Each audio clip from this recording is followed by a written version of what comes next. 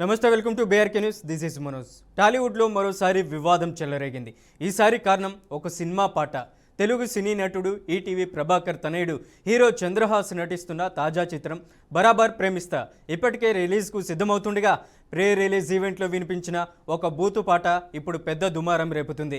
ఆ పాటలో హిందూ దేవుళ్లను, ముఖ్యంగా శివుడిని కించపరిచేలా పదజాలం ఉందంటూ భక్తులు, పలువురు సంఘాలు తీవ్ర అభ్యంతరం వ్యక్తం చేస్తున్నాయి. భక్తుల మనోభావాలను దెబ్బతీసేలా పాట సాహిత్యం, చిత్రీకరణ ఉందంటూ నేరుగా పోలీసులను ఆశ్రయించారు.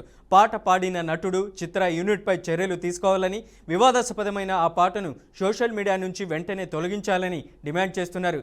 ఇప్పటికే ఈ అంశం సోషల్ మీడియాలో పెద్ద ఎత్తున చర్చకు దారితీసింది.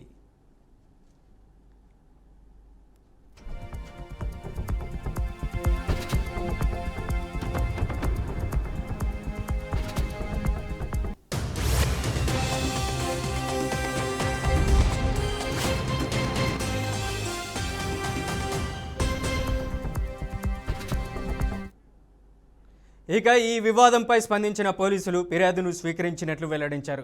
కేసు పరిశీలనలో ఉందని, అవసరమైతే చట్టపరమైన చర్యలు తీసుకుంటామని స్పష్టం చేశారు. ఇక సోషల్ మీడియాలో మాత్రం ఈ పాటపై విమర్శల వర్షం కురుస్తుంది.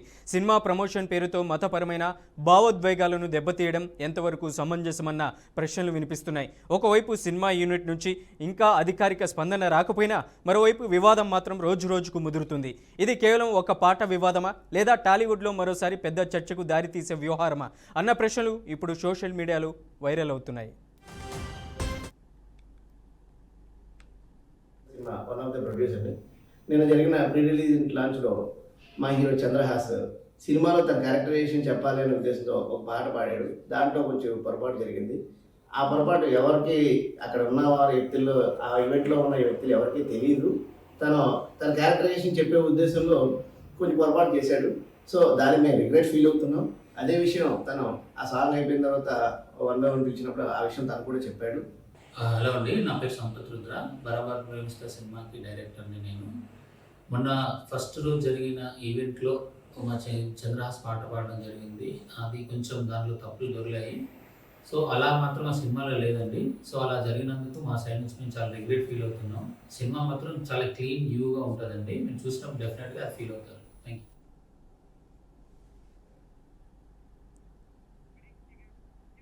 ఇలాంటి ఘటనలు టాలీవుడ్కు కొత్తేమీ కాదు. కానీ ప్రతిసారి సినిమా స్వేచ్ఛ మరియు భక్తుల మనోభావాల మధ్య సమతుల్యతపై చర్చ మొదలవుతుంది. ఇప్పుడు బరాబర్ ప్రేమిస్తా సినిమా విషయంలోనూ అదే పరిస్థితి కనిపిస్తుంది. పాటను సోషల్ మీడియా నుంచి తొలగిస్తారా, లేదా సాహిత్యంలో మార్పులు చేస్తారా, లేదా వివరణించి వివాదానికి ముగింపు పలుకుతారా? పోలీసుల విచారణ తర్వాత ఈ వ్యవహారం ఏ దిశకు వెళ్తుందనేది ఇప్పుడే చెప్పలేని పరిస్థితి. కానీ ఒక్క విషయం మాత్రం స్పష్టం: ఈ పాట వివాదం సినిమా విడుదలపై ప్రభావం చూపుతుందా లేదా అన్నది ఇప్పటికే టాలీవుడ్లో హాట్ టాపిక్గా మారింది. మొత్తానికి ఒక పాటతో మొదలైన ఈ వివాదం ఇప్పుడు సినిమా యూనిట్కే కాదు, పూర్తిగా ఇండస్ట్రీకి ఒక హెచ్చరికలా మారుతుందా అన్న దానిపై అందరి దృష్టి నిలిచింది. నమస్కారం. నేను స్టేజ్ మీద పాడిన పాట ఇప్పుడు ఎంతో వైరల్ అవుతుంది, ఇంకెక్కువనే అవుతుంది. ఆ పాట నచ్చి ఎంజాయ్ చేసి వైబ్ అవుతున్న వాళ్ళందరికీ నైస్, హ్యాపీ, ఎంజాయ్ పండుగ. బట్ నచ్చని వాళ్ళకి I'm sincerely telling, I'm not at all sorry. Because మీ మనోభావాలు ఇప్పుడు హర్ట్ అయినాయేమో, నాది ఎప్పుడో హర్ట్ అయినాయి. నన్ను ఇన్ని సంవత్సరాలుగా వందల వేల పదాలు నా మీద వాడారు.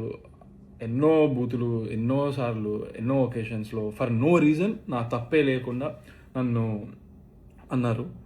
సో అప్పుడు ఏమైంది, నీ సమాజంలో వాడాల్సిన మాటలు, బూతులు, అమ్మో ఏమైపోయింది అప్పుడు. ఇప్పుడు రెండు పదాలు మీరు, అది కూడా మీరు నా పైన వాడిన వాటిలోంచి నేను 2 తీసుకొని, which are not even that big to be honest చెప్పాలంటే. నా జోలికి వస్తే పగిలిపోద్దురా అంటున్నాడు అంతే. హాయ్ గాయ్స్, అందరికీ నమస్కారం. ఇక ఇదే అంశంపై లైవ్లో చర్చించడానికి మనతో పాటు రఘుప్రియ సామాజికవేత్త ఉన్నారు. రఘుప్రియ, నమస్తే అండి. నమస్తే అండి. రఘుప్రియ గారు, ఎలా చూడొచ్చు అంటారు ఇప్పుడు జరిగినటువంటి ఏదైతే ఈటీవీ ప్రభాకర్ తనయుడు, ప్రధానంగా చంద్రహాసన్ ఆయన కుమారుడు ప్రధానంగా ఒక సినిమా తీస్తున్నారు బరాబర్ ప్రేమిస్తా అనేసి, ఆ పాట అనేది శివుడు భక్తులకి ఇబ్బంది కలిగేలాగా ఉందనేసి కూడా భక్తుల మనోభావాలు దెబ్బతింటున్నాయని ప్రధానంగా పోలీసులకు కూడా కంప్లైంట్ ఇచ్చారు. ఏంటి పాటలో ఏమైనా మార్పులు చేర్పులు చేయాలా, లేదంటే వాటిని పూర్తిగా నిషేధించాలా, ఏం చెప్తారు? అంటే ఈ పాట రాసిన వాళ్ళు ఏ ఉద్దేశంతో రాశారో అయితే తెలియదు కానీ, ఇందాక బాబు చెప్పినట్టు చంద్రహాస్ గారు ఆ వీడియో క్లిప్పింగ్ చూసినప్పుడు ఆయన దెబ్బతిన్నాను, ఆయన్ని చాలా మంది తిట్టారు అని అన్నారు. కరెక్టే. దాన్ని మనము పబ్లిక్లోకి తీసుకువెళ్ళకూడదు కదా. రెండవది ఏంటంటే, ఈ పాటలో చాలా అసభ్యకరమైనటువంటి బూతు పదాలు వాడారు. అంటే ఈ పాట ద్వారా సమాజానికి కానీ యూత్కి కానీ ఏమి సందేశం ఇస్తున్నారు అంటే, ఒక పాట మనకి కొన్ని కోట్ల మంది నోళ్లల్లో నానుతుంది.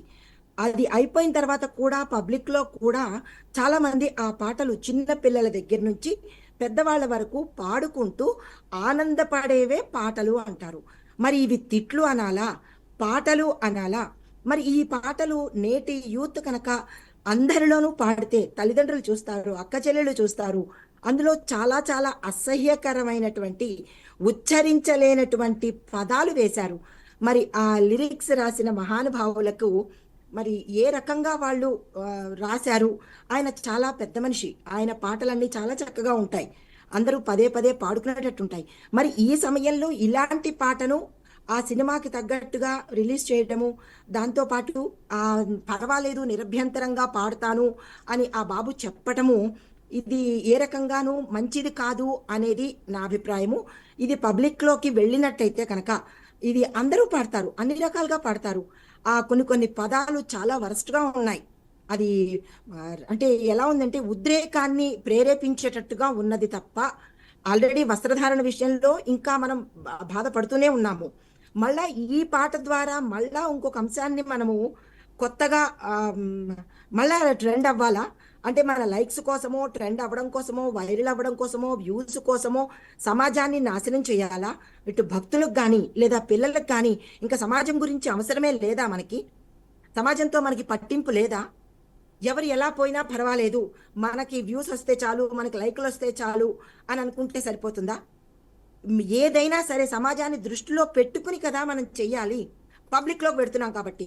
అదే మన ఇంట్లో మనం ఎట్లా ఉన్నా ఎవరు అడిగినోళ్ళు లేరు, అదే సమాజంలోకి పెడుతున్నాము. అందులోనూ పాట, అందులోనూ సినిమాలోది. మరి ఇలాంటి పదజాలాలు వాడుతూ ఉద్రేకము, రక్తం రావడము, పోస్ట్ మార్టం చేసినా కానీ ఈ పదాలన్నీ ఎలా ఉన్నాయంటే సమాజాన్ని అంటే వైలెన్స్లోకి తీసుకెళ్లేటట్టున్నాయి. ఇది పాట కాదు. మరి రాసిన వాళ్ళు, పాడిన వాళ్ళు, దానికి మ్యూజిక్ కట్టిన వాళ్ళు, మరి వాళ్ళని ఏమనాలో ఇది ఒక ఎత్తు అయితే, ఈ పాట రిలీజ్ అవుతున్నప్పుడు అక్కడ కూర్చున్న పెద్ద మనుషులందరూ నవ్వుతున్నారు. అంటే అది సరదాగా నవ్వుతున్నారా, ఏమీ చేయలేని నవ్వులా? అంటే నవ్వుల్లో కూడా చాలా రకాలు ఉంటాయి కదా. ఏమీ చేయలేని నవ్వు, ఏడవలేక నవ్వే నవ్వులు. మరి అక్కడ కూర్చున్న ఆహుతులు కానీ, వచ్చిన పెద్దవాళ్ళు కానీ ఎవరు ఏమీ అనలేకపోయారు. మరి ఇది సమాజానికి మంచి ఇస్తున్నట్ట? మనం చక్కగా బతికేస్తే సరిపోతుందా? ఇంకా నెక్స్ట్ తరం బతకొద్దా? అంటే హింసలు, కొట్టుకోవడాలు, రక్తాలు, ఈ రక్తపాతాలైనా చూడడము. నాకైతే మాత్రము ఈ పాట అనేది అస్సలు బాగాలేదు. ఎవరు ఏమనుకున్నా పర్వాలేదు, ఇది ఒకరి అభిప్రాయం కాదు, చాలా మంది అభిప్రాయాలు ఇందులో ఉంటాయండి. ఇది మాత్రము బాగలేదు. ఇప్పుడు ఒక వ్యక్తి బాధపడ్డాడనో, ఒక వ్యక్తిని అందరూ తిట్టారనో, మళ్ళా దాన్ని సమాజం మీద పగ రూపంలోనో కక్ష రూపంలోనో బయట పెడితే ఇంకా అందరూ ఇదే పాట పాడతారు. ఓహో, ఇలాంటి పాట రాస్తే మంచిగా ఉంటుందని చెప్పి ఆ మహానుభావుడి లాగానే మిగతా వాళ్ళు కూడా లైకుల కోసం, డబ్బుల కోసము, వ్యూస్ కోసము మరి ఇలాంటి పాటలే వైరల్ అయితే సమాజం ఎడిపోతుంది, యూత్ ఏమైపోతుంది? ఇంకా కొట్టుకు చావడాలు, తన్నుకు చావడాలేనా మనకి? ఇంకా బతికి బట్ట కట్టడాలు వద్దా మనకి? కొత్త సమాజం వద్దా మనకి? ఇలాగే వెళ్ళిపోతూ ఉందామా? రక్తాలు రక్తాలు రక్తాలు, కొట్టుకోవడాలు, రాడ్లు దింపుకోవడాలు. ఏంటి రాడ్లు దింపుకోవడం? ఎందుకు దింపుకోవాలి రాడ్లు? అంత తేరగా ఉన్నాయా రాడ్లు? ఏంటి అసలు ఇది?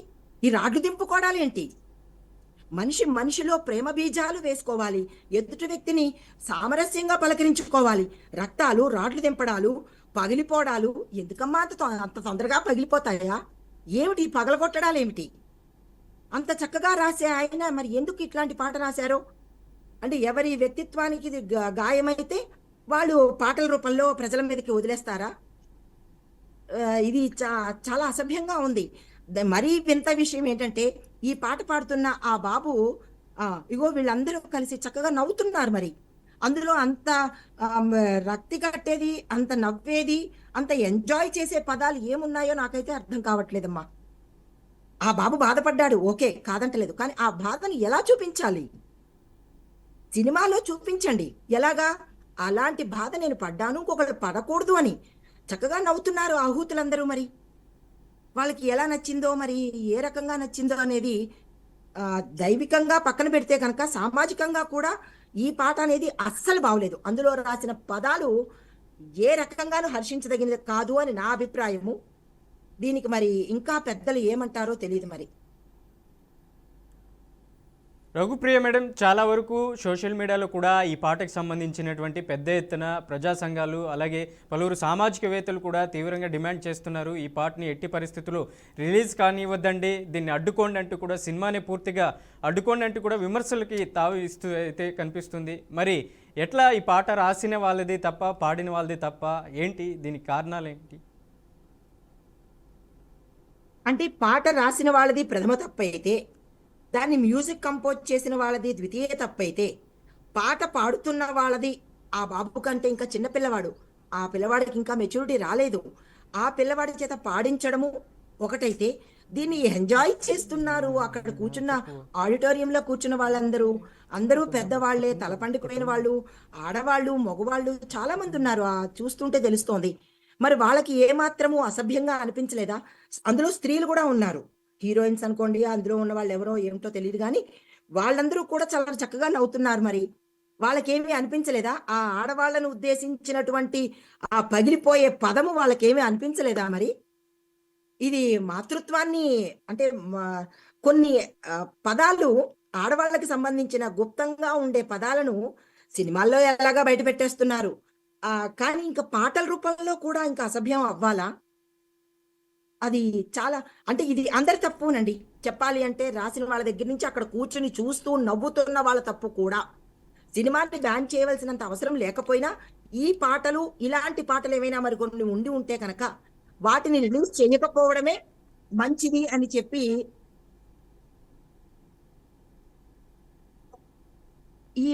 ఈ పాటను రిలీజ్ చేయకుండా ఉంటేనే మంచిది అని నా అభిప్రాయము. మరి మిగతా వాళ్ళందరికీ అది ఎంజాయబుల్ గా ఉండి చక్కగా ఉన్నాయి, ఆ పదాలు వినసొంపుగా ఉన్నాయి అని అనుకుంటే రిలీజ్ చేసేసుకోండి. సమాజంలో ఇంకా అన్ని ఇంకా ఓపెన్ అయిపోయినట్టే. ఇంకా అన్ని ఓపెన్ అయిపోయాడు, బట్టల దగ్గర నుంచి ప్రతిదీ ఓపెన్ అయిపోయింది. ఇంకా ఏమిటి దాచుకునేది? ఏమీ దాచుకోవడానికి లేదు. కాబట్టి నా ఉద్దేశం అయితే మాత్రము కనీసం కొన్ని ఏదో భగవంతుడు కొంతమందికి గుప్తంగా దాచుకునేటట్టు ఇచ్చాడు, దాన్ని కూడా బయట పెట్టేస్తున్నారు. మరి ఈ పాట అయితే బయటకు వస్తే బాగుండదు. నా ఉద్దేశం అది. ఇది ఇంకా ప్రజలు పాడైపోతారు, అందులో యూత్ మరీ పాడైపోతారు. ఎక్కడికి వెళ్ళినా ఈ పదాలే వినవలసి వస్తుంది. ఈ పాట కనుక బయటకు వస్తే స్టేజి మీద దేవుడు గుళ్ళల్లోనూ, లేదంటే వినాయక చవితి వస్తుంది, వినాయక చవితి పందిళ్లలోనూ, నవరాత్రులు పందిళ్లలోనూ, ఇంక ఇలా ప్రతి పెళ్లిళ్లలోనూ ఈ పగలగొట్టుకోవడాలు, రాడ్లు దింపుకోవడాలే కనబడుతూ ఉంటాయి మనకి. మరి ఏమిటి పగలగొట్టడాలు, రాడ్లు, ఇవి పదాలు చాలా అసహ్యంగా ఉన్నాయి. ఇది పాట అనరు. మరి దీనికి లైకులు కావాలనుకుంటున్నారో, వ్యూస్ చూసేవాడు కూడా చాలా దరిద్రంగా ఉంది అది. మరి వినేవాళ్ళు, మరి మిగతా వాళ్ళందరికీ ఎట్లా ఉందనేది వాళ్ళు ఎంజాయ్ చేస్తున్నారు ఆ బాబు పాడిన పాటకి. బాబు తప్పులేదు, రాసిన వాళ్ళకు ఉండాలి ఆ విజ్ఞత. మరి ఆయన చక్కగా రాస్తాడు, ఆయన పాటలన్నీ చాలా చక్కగా ఉంటాయి. మరి ఆయన ఏ ఒత్తిడికి లోనే ఈ పాట రాశాడు? ఒత్తిడికి లోనైతే పాటగా రాసుకుని ఇంట్లో పెట్టుకోవాలి, మన గూట్లోనో లేకపోతే బుక్ ర్యాక్లోనో పెట్టుకోవాలి తప్ప దాన్ని బయటకు వదలడం ఏమిటి? దాన్ని చూసి వీళ్ళందరూ నవ్వుకోవడం ఏమిటో నాకు అసలు అర్థం కాలేదు. ఈ విషయంలో మరి ఎవరు మాట్లాడరా? మేడం, మొత్తానికి మతపరమైన భావోద్వేగాలను దెబ్బతీయడం ఎంతవరకు సమంజసమన్న వాదన సమాజంలో కూడా వినిపిస్తుంది. ఇటువంటి పరిస్థితుల్లో ఒక మీడియా జర్నలిస్ట్ కూడా ఈ పాట గురించి ప్రధానంగా పోలీస్ స్టేషన్లో కంప్లైంట్ ఇచ్చినటువంటి పరిస్థితి ఉంది కూడా. ప్రధాని చంద్రహాసన్ కూడా రియాక్ట్ అయ్యారు, బరాబర్ మీ అంతు తేలుస్తా అంటూ కూడా ఒక మీడియా జర్నలిస్టులు కూడా బెదిరించినటువంటి పరిస్థితి మనమంతా చూస్తున్నాం. ఏంటి అది ప్రశ్నించినందుకే తప్పు అవుతుంది అనుకోవాలా?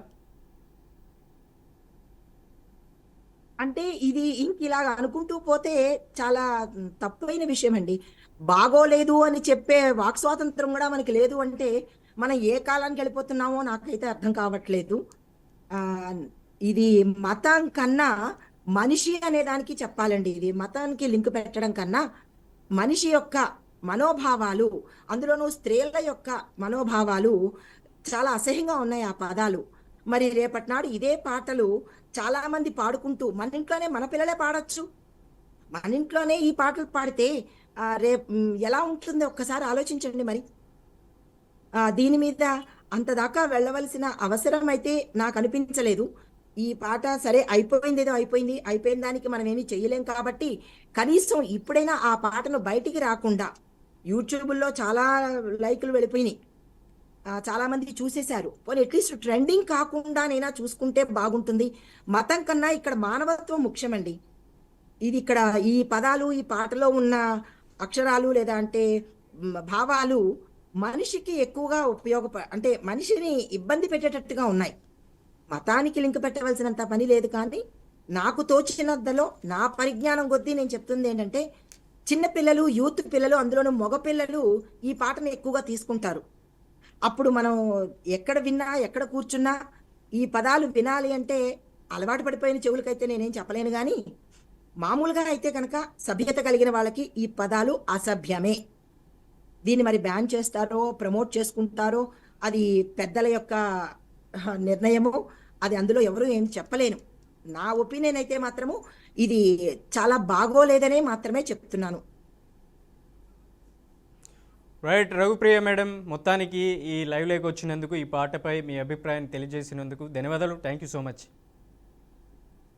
నమస్తే అండి. రైట్, మొత్తానికి ఈటీవీ ప్రభాకర్ తనయుడు బరాబర్ ప్రేమిస్తా అనే సినిమాతో ప్రీ రిలీజ్కి రెడీ అవుతుండగా ప్రీ రిలీజ్ ఈవెంట్లో ప్రధానంగా ఒక బూతు పాట అనేది వివాదానికి తెరలేపినటువంటి పరిస్థితి ఉంది. సోషల్ మీడియాలో కూడా ఈ పాట గురించి వైరల్ అవుతుంది. ప్రధానంగా ఈ పాటని బ్యాన్ చేయాలనేసి కూడా ఇప్పటికే ప్రజా సంఘాలు, భక్తులు కూడా పెద్ద ఎత్తున ఆగ్రహం వ్యక్తం చేస్తున్నారు. శివుడిని కించపరిచేలా ఉందంటూ కూడా ఈ పాట సంబంధించినటువంటి ఎవరైతే చిత్ర యూనిట్ ఉన్నారో అలాగే డైరెక్టర్, ప్రొడ్యూసర్ మీద కూడా పాట రాసినటువంటి మ్యూజిక్ డైరెక్టర్ మీద కూడా చర్యలు తీసుకోవాలంటూ కూడా పెద్ద ఎత్తున ప్రజా సంఘాలు అలాగే అక్కడ ఉన్నటువంటి సామాజికవేత్తలు, మరొక వైపు భక్తులకు సంబంధించినటువంటి మనోభావాలను దెబ్బతీసే విధంగా ఉన్నాయంటూ కూడా ఈ పార్టీని అడ్డుకోవాలంటూ ఇప్పటికే పెద్ద ఎత్తున వైరల్ అవుతుంది. ఇక పోలీస్ స్టేషన్లో కూడా కంప్లైంట్ చేసినటువంటి పరిస్థితి ఉంది. మొత్తానికి ఈ పాటకు సంబంధించినటువంటి సినిమా ఏదైతే ఉందో బరాబర్ ప్రేమిస్తా, ఇది రిలీజ్ అవుతుందా లేదా అనేది కూడా సెన్సార్ బోర్డు నిర్ణయం మేరకే ఉంటుంది. మరి రాబోయే రోజుల్లో చూడాల్సినటువంటి పరిస్థితి అయితే ఉంది. రైట్, ఇది ఇవాళ స్పెషల్ డిస్కషన్. మరో డిస్కషన్లో మళ్ళీ కలుద్దాం.